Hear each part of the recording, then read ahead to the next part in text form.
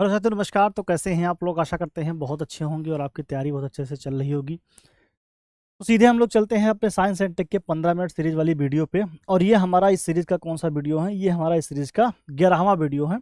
और आपको पता है कि हम लोग का एक चैप्टर है, सिलेबस में एक चैप्टर दिया हुआ था, ऊर्जा सुरक्षा, एनर्जी सिक्योरिटी। तो इसमें हम लोग क्या बात करेंगे कि ऊर्जा के कौन कौन से स्वरूप होते हैं और इंडिया की जो एनर्जी सिक्योरिटी का स्टेटस फिलहाल अभी है क्या। ठीक है, ये 11वां है। इसके बाद में जो ऊर्जा वाला होगा इसका दूसरा पार्ट आएगा। ये ऊर्जा वाला अभी पहला पार्ट है, इसके बाद में 12वां जो होगा वो ऊर्जा वाला नेक्स्ट पार्ट आएगा साइंस एंड टेक का। ठीक है, देखो यहाँ पे, देखो आपको पता है कि जो एनर्जी होता है, जो ऊर्जा होता है, ऊर्जा के जो सोर्स होते हैं वो दो टाइप का होता है। एक तो होता है जिसको हम लोग कहते हैं नवीकरणीय। क्या कहते हैं हम लोग? ऊर्जा के जो सोर्स हैं वो एक तो है नवीकरणीय। कौन से हैं? नवीकरणीय। नवीकरणीय को इंग्लिश में कहते हैं हम लोग रिन्यूएबल। इसका मतलब ये होता है कि ऊर्जा का ऐसा सोर्स जो खत्म ना हो, जो क्या हो, खत्म ना हो, और अगर खत्म हो तो फिर से बनता रहे, खत्म ना हो। जैसे कि सूर्य। अब अगर आप सोलर पैनल लगा रहे हैं तो आपको पता है कि सूर्य का जो प्रकाश है वो खत्म होने वाला नहीं है। मतलब निकट भविष्य में तो खत्म होने वाला नहीं ही है, अभी बहुत दिन चलेगा, लगभग 5 बिलियन ईयर्स चलेगा, अभी 5 बिलियन साल चलेगा। और एक होता है गैर नवीकरणीय। क्या होता है? एक गैर नवीकरणीय। गैर नवीकरणीय का मतलब कि जो निश्चित है और एक समय के बाद में खत्म हो जाएगा। करणीय अब निश्चित है, वो खत्म होगा एक समय के बाद में। वो कौन सा है? जैसे कि कोयला वाला। जैसे कि क्या है? कोयला वाली जो एनर्जी है वो एक समय के बाद में खत्म ही हो जाएगा, जैसे कि कोल। ठीक है, या फिर पेट्रोलियम, ये सब क्या होंगे? एक समय के बाद में खत्म हो जाएंगे। तो दो टाइप के होते हैं। अब जो नवीकरणीय है ना, इनको गैर परंपरागत भी कहते हैं, कि गैर परंपरागत ऊर्जा स्रोत। गैर परंपरागत ऊर्जा स्रोत यानी अभी परंपरा में चल नहीं रहे थे, ये नए चले हैं। और ये कौन से हैं? परंपरागत ऊर्जा स्रोत है। ठीक है, तो आप देखते हैं कि स्वच्छ ऊर्जा, अगर हम लोग बात करें कि भारत स्वच्छ ऊर्जा की तरफ कितना बढ़ चुका है। स्वच्छ ऊर्जा का मतलब यहाँ पे क्या है? ये नवीकरणीय ऊर्जा है। क्या है? नवीकरणीय, यानी रीनेबल एनर्जी सोर्स के बारे में ये बात कर रहा है। तो बात इसमें की जा रही है कि इसमें इंडिया कितना बढ़ चुका है। तो आप जानते हो कि 2022 तक क्या होता, सरकार ने घोषणा किया था कि 100 गीगावाट क्या करेंगे हम लोग? स्वच्छ ऊर्जा बनाएंगे। 100 गीगावाट हम लोग क्या करेंगे? स्वच्छ ऊर्जा का उत्पादन करेंगे। लेकिन अब यह लक्ष्य बदल चुका है कि 2030 तक सरकार ने घोषणा किया है कि 500 गीगावाट गैर जीवाश्म ऊर्जा बनाएंगे। गैर जीवाश्म का मतलब है कि उसमें ना तो पेट्रोलियम यूज होगा और ना तो उसमें कोयला यूज होगा। उसमें क्या होगा? जो रिन्यूएबल एनर्जी सोर्स है, जैसे कि सोलर एनर्जी है, जैसे कि हाइड्रो एनर्जी है, जैसे कि थर्मल एनर्जी है, इन सब का क्या करेंगे हम लोग? यूज करेंगे। ठीक है, देखो COP26 है। COP26 जो हुआ था ये कहाँ हुआ था? ये हुआ था ग्लासगो में। कहाँ हुआ था? ग्लासगो में। ठीक है, ग्लासगो में क्या हुआ था? ये COP26 हुआ था। COP26 क्या है? जो संयुक्त राष्ट्र की जो संधि हुई थी जलवायु परिवर्तन को रोकने के लिए, उनके सभी देश जब बार बार मिलते हैं, तो पहली बार मिले तो उनको हम लोगों ने कहा कि COP1 यानी कॉन्फ्रेंस ऑफ पार्टीज फर्स्ट। ऐसे 26वीं बार ये जब ये मिले तो हमारे प्रधानमंत्री जी ने पंचामृत की घोषणा की और इसी के तहत कहा कि 2030 तक हम क्या करेंगे कि 500 गीगावाट जो एनर्जी है वो हम नॉन फॉसिल सोर्स से पैदा करने वाले हैं। ठीक है, और PM सूर्य घर योजना 2024 में चला था। आप जानते हो कि सबके घर के छत पर, रूफ टॉप पर अगर आप लगवाते हो सोलर, तो उसमें क्या होगा कि आपको सरकार कुछ सब्सिडी देती है। सरकार क्या देती है? कुछ सब्सिडी देती है। और कुसुम योजना क्या है? इसके तहत सोलर पंप लगाए जाते हैं खेतों में। ये क्या है? सोलर पंप है। तो इसमें सरकार कुछ सब्सिडी देती है, कुछ जो है किसान को अपनी तरफ से पेमेंट करना पड़ता है। ठीक है, 60% तक सरकार क्या देती है? इसमें सब्सिडी दे देती है। ठीक है, पारंपरिक ऊर्जा के सोर्स कौन कौन से हैं? तो पहला मैंने आपको बताया था कि कोयला है। भैया कोयला कई प्रकार का होता है, आप जानते हो, सबसे अच्छा यही होता है। लेकिन भारत में क्या है? ये भारत में लगभग ना के बराबर है। ठीक है, थोड़ा बहुत है, थोड़ा बहुत हमारे भारत में है। तो वो कहाँ पे है? तो वो है जम्मू कश्मीर में। कहाँ पे है? जम्मू कश्मीर, JNK में थोड़ा बहुत हमारे यहाँ है एंथ्रेसाइड। जितना ज़्यादा कार्बन होगा उतना अच्छा कोयला होगा। तो कार्बन इसमें क्या होता है? 92 से 98% तक होता है। और धुआं इसमें बिल्कुल नहीं होता। यानी कि इसकी जो ऊर्जा होती है वो सबसे ज़्यादा होती है एंथ्रेसाइड। सेकेंड नंबर का हो कौन सा? बिटुमिनस। इसमें लगभग 70 से 80%, 86% तक होता है कोयला। इंडिया में सबसे ज़्यादा यही पाया जाता है। और स्पेशली इस वाले बेल्ट में, जो हमारा ये साउथ इंडिया वाला बेल्ट है, और यहाँ पे थोड़ा सा छोटा नागपुर पठार वाले क्षेत्र में सबसे ज़्यादा यही पाया जाता है। भूरा कोयला हम लोग लिग्नाइट को कहते हैं। इसमें 67% कार्बन होता है। और सबसे जो खराब होता है वो कौन सा होता है? वो होता है यहाँ पर नमी अधिक इसमें होता है सबसे। किसमें? ये होता है पीट कोयला में। किसमें होता है? पीट कोयला में। ठीक है, और लिग्नाइट क्या है? ये लिग्नाइट एक अलग टाइप का होता है। इसको हम लोग कहते हैं कि कोक हवा के बिना जब गर्म किया जाता है तो शुद्ध कार्बन मिलता है। यानी अगर बिना हवा के अगर आप कोयले को गर्म करते हो तो आपको शुद्ध कार्बन मिलेगा, जिसको हम लोग कोक कहते हैं। ये क्या है? कार्बन का ही एक रूप से अपर रूप है, कार्बन का ही एक तरफ से अपर रूप है। और यहाँ पर एक शब्द है फ्लाई ऐश। देखो फ्लाई ऐश कुछ नहीं है, जब कोयला को हम लोग जलाते हैं तो उससे राख निकलती है। क्या निकलती है? राख। तो उसको हम लोग कहते हैं फ्लाई ऐश। विद्युत संयंत्रों में आपको पता है जहाँ पर बिजली बनती है वहाँ पर बहुत सारे ट्रक्स, मोर देन 100 ट्रक्स का कोयला एक साथ जलता है, तो वहाँ से निकलता है राख। उस राख में बहुत सारे केमिकल्स होते हैं और उसको सीमेंट निर्माण का जो उद्योग होता है या फिर सड़क निर्माण जहाँ होता है या फिर ईंट का जहाँ बनता है, तो वहाँ पर क्या करते हैं, उसको यूज कर लेते हैं। सड़क वगैरह में उस राख का यूज करते हैं। ठीक है। कच्चे तेल का को क्या करते हैं? प्रभाजी आशवन की विधि से निकालते हैं। प्रभाजी आशवन का मतलब होता है कि अलग अलग तापमान पे, देखो जो जमीन के अंदर से निकलता है वो तो पेट्रोलियम निकलता है। क्या निकलता है? पेट्रोलियम। अब पेट्रोलियम में तो सब कुछ है, पेट्रोलियम में तो सब कुछ है। इसी में क्या है? इसी में पेट्रोल भी है, इसी में पेट्रोल भी है। ठीक है। इसी के अंदर डीजल भी है, इसी के अंदर डीजल भी है, आप जानते हो। इसी के अंदर क्या है? एटीएफ है, एविएशन टर्बाइन फ्यूल, जो कि हवाई जहाज का तेल होता है।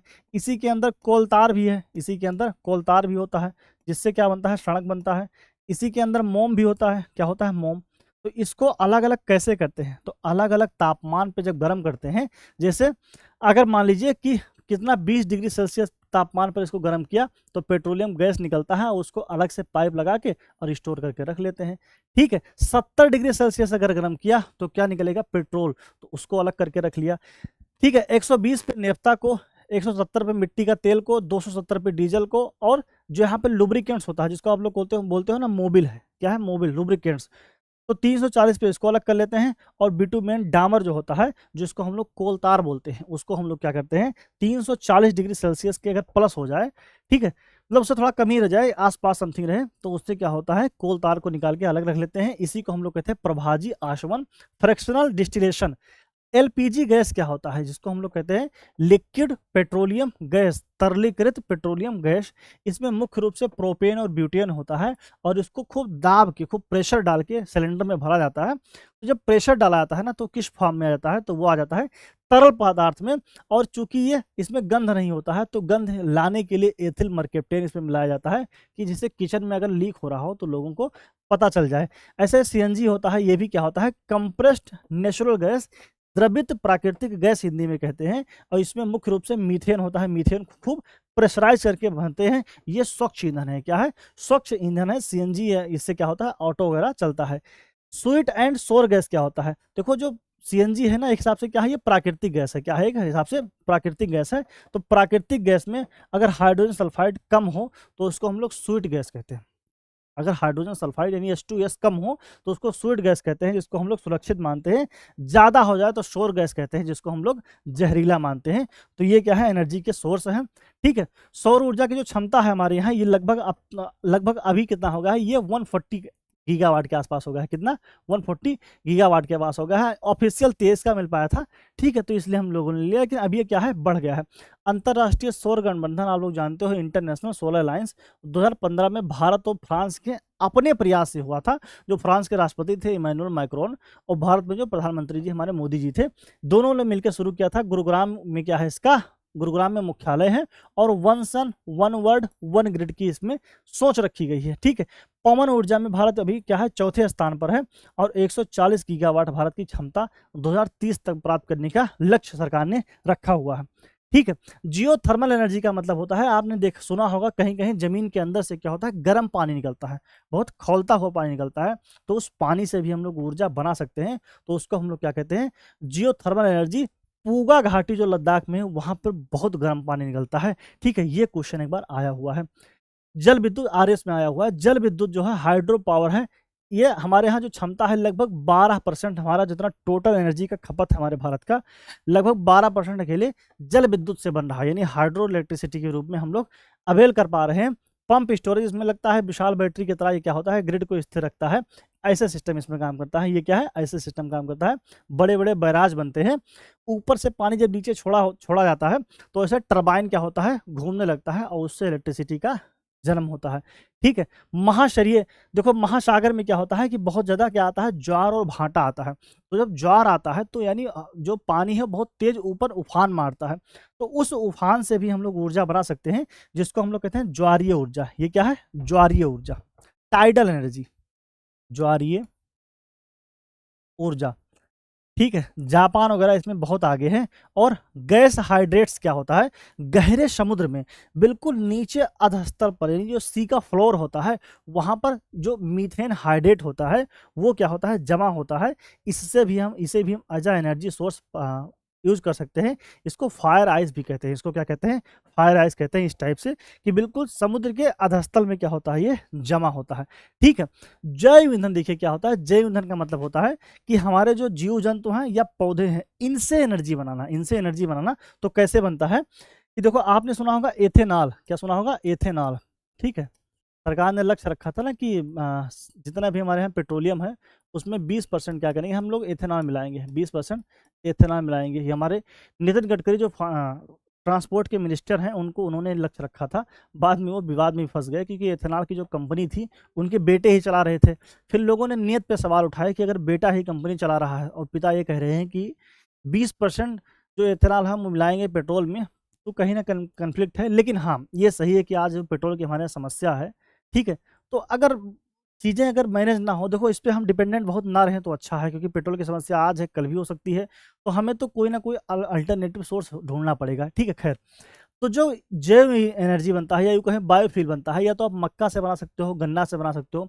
तो शुरू शुरू में ऐसे ही बना था, जो गन्ने का रस होता है उससे निकलता है शीरा। ठीक है, आप लोग अगर ग्रामीण क्षेत्र से जुड़े होंगे और जुड़े ही होंगे, अब लेखपाल बनने की कोशिश कर रहे हैं तो ग्रामीण क्षेत्र से ही जुड़े होंगे। तो सीरा से क्या बनता है, इससे एथेनॉल बन जाता है, और एथेनॉल क्या होता है, एज अ फ्यूल यूज हो सकता है, एज अ फ्यूल यूज हो सकता है। ऐसे ही मक्का से बनता था।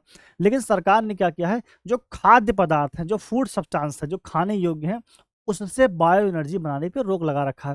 क्योंकि इससे क्या होंगी ना, कंपनियां बड़े स्तर पर चावल, गेहूं, मक्का सब खरीद के बायो एनर्जी बनाएंगी, और इससे हो सकता है हमारे देश में खाद्यान्न की कमी हो जाए।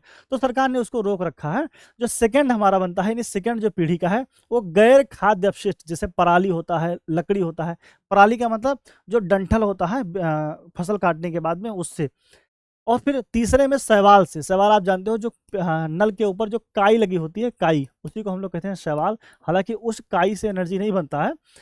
जो समुद्र है, समुद्र में जो किनारे तट हैं, वहाँ बड़े बड़े स्तर पर एक्वेरियम होता है, वहाँ वगैरह एल्गी की खेती होती है, जिसको एक्वा कल्चर कहते हैं। और चौथी पीढ़ी में आनुवांशिक रूप से जो संशोधित जीव हैं उनसे बनाने की कोशिश कर रही है, किया जा रहा है। आनुवांशिक रूप से संशोधित जीव का मतलब होता है जेनेटिकली मॉडिफाइड जो ऑर्गेनिज्म है उनसे, यानी किसी भी जीव में ऐसा जीन डाल दिया जाए कि वो एथेनॉल का प्रोडक्शन बहुत ज़्यादा करे। तो उससे भी क्या हो रहा है, कोशिश कर रही है सरकार ने। 2025-26 तक 20% लक्ष्य रखा है, क्या कि हम पेट्रोलियम में क्या करें कि 20% एथेनॉल हम लोग मिलाएं। फ्लेक्स फ्यूल वाहन क्या है, 100% पेट्रोल या जैव ईंधन पर चलने वाले वाहन को हम लोग क्या कहते हैं कि फ्लेक्स फ्यूल वाल। एक होता है पॉलीक्रैक क्रैक तकनीकी, इसमें क्या होता है, कचरे को ईंधन में बदलने की तकनीकी है। यानी जो कचरा होता है म्यूनिसपैलिटी का, नगर पालिका का, नगर निगम का, वहाँ पे लगा होता है, दिल्ली में लगा हुआ है, मैंने देखा भी है। ठीक है, तो ये इस तकनीकी से क्या होता है कि कचरे से क्या बनता है, ऊर्जा बनता है। ठीक है, ये पहली पीढ़ी, दूसरी पीढ़ी, तीसरी पीढ़ी, ये है भैया चौथी पीढ़ी। यानी डीएनए में ही कुछ चेंज करेंगे और वहीं से पेट्रोलियम बनाएंगे। ठीक है, हाइड्रोजन के जो देखो भविष्य की तकनीकी कौन सा है, हाइड्रोजन एनर्जी। देखो आपको ये पता है कि जल का सूत्र होता है H2O, क्या होता है, H2O। यानी जो H होता है ये क्या है, हाइड्रोजन है। ठीक है, तो क्या हम अगर ऐसी तकनीकी निकालें कि जल से हम हाइड्रोजन को अलग कर दें, और आपको पता है कि हाइड्रोजन में बहुत एनर्जी होती है, मतलब सबसे ज़्यादा जो एनर्जी की अगर हम बात करें तो हाइड्रोजन में ही होती है। तो अगर हम इसको अलग कर दें, किसको, हाइड्रोजन को अगर हम क्या करें, अलग कर दें, तो कितना अच्छा होगा। ऑक्सीजन को अलग कर दें तो इसको हम एज अ फ्यूल यूज कर सकते हैं, एक फ्यूल के रूप में यूज कर सकते हैं। ठीक है, ये कई इसके प्रकार होते हैं। एक होता है ग्रे हाइड्रोजन, ठीक है, सॉरी ग्रे हाइड्रोजन। ठीक है, हाइड्रोजन ईंधन के प्रकार, प्राकृतिक गैस से जब कार्बन डाइऑक्साइड अलग निकल जाता है, प्राकृतिक गैस कौन सा है, ये है मीथेन वगैरह या फिर सीएनजी वगैरह। तो CO2 का जो सर्जन होता है उसको हम लोग कहते हैं ग्रे हाइड्रोजन। ठीक है, वहीं ब्लू को हम लोग क्या कहते हैं, जीवाश्म ईंधन प्लस कार्बन कैप्चर। जीवाश्म जो ईंधन है और कार्बन कैप्चर को मिला के हम लोग क्या कहते हैं, ब्लू कार्बन। और यहाँ पे है ग्रीन जो हाइड्रोजन है जो सौर ऊर्जा या पवन ऊर्जा से जो एनर्जी बनती है उसको हम लोग क्या कहते हैं, ग्रीन हाइड्रोजन, या फिर इसको किससे अलग करते हैं, इलेक्ट्रोलिसिस से। इलेक्ट्रोलिसिस एक प्रक्रिया है, आप लोगों ने केमिस्ट्री में पढ़ा होगा। तो ये इलेक्ट्रोलिसिस में क्या होता है कि H2O में से H को अलग और O को अलग कर दिया जाता है। तो इस प्रोसेस को हम लोग कहते हैं H2O। और इससे क्या संभव है, यहाँ पे देख रहे हैं ना, H क्या है, अलग हो जा रहा है। और इससे क्या हो सकता है, संभव है कि हम लोग एनर्जी को प्राप्त कर सके। हमारे यहाँ ग्रीन हाइड्रोजन मिशन भी चल रहा है, सरकार इस पर तगड़े से काम भी कर रही है। यहाँ पर है बैटरी तकनीकी भंडारण, लिथियम आयन बैटरी कौन सा है। देखो आपको पता होगा कि बैटरी में एक प्लस होता है, एक माइनस होता है, कैथोड होता है और एनोड होता है। तो जो लिथियम आयन बैटरी होता है, इसमें जो होता है कि एनोड ग्रेफाइड, ठीक है, जो एनोड होता है ग्रेफाइट का होता है, कैथोड जो होता है वो लिथियम का होता है। सोडियम आयन बैटरी सस्ता होता है, ठीक है। ये क्या है, विकल्प है, ये भारत में स्वदेशी निर्माण, एसीसी क्या है, एक भारत में स्वदेशी निर्माण बैटरी है। और पीएलआई एक योजना है जिसमें क्या होता है कि जो इलेक्ट्रॉनिक सामान बनाती हैं कंपनियां, उनको कुछ सरकार सब्सिडी देती है, ठीक है। गुरुत्वाकर्षण बैटरी भी होती है जो भारी द्रव्यमान उठाकर ऊर्जा संग्रह करती है, क्या करती है, ऊर्जा को संग्रह करती है, ठीक है। यहाँ पे ये हमारा क्या हुआ, कंप्लीट हुआ। बाकी हम लोग क्या करेंगे, अगले 15 मिनट की वीडियो में इस वाले चैप्टर को कंप्लीट कर लेंगे। आप ये मानिए, यकीन मानिए कि ये जो एरिया है ना, बहुत स्कोरिंग एरिया है। अगला जो हम लोग वीडियो देखेंगे उसमें हम लोग देखेंगे कि जो हमारा नाभिकीय रिएक्टर होता है वो कैसे काम करता है, उसके बारे में हम लोग कंप्लीट स्टडी करेंगे कि जो हमारा न्यूक्लियर रिएक्टर होता है वो कैसे काम करता है, ठीक है। तो अगर वीडियो आपको अच्छी लगी हो तो कमेंट बॉक्स में अपना रिव्यू जरूर दीजिएगा, ठीक है। बस 15 मिनट का है वीडियो, आप लोग देख लिया कीजिए, उससे क्या है, हाई स्कोरिंग एरियाज आपके वहीं पे कंप्लीट हो जाएंगे। जुड़ने के लिए आप सभी का बहुत बहुत आभार। Thank you so much.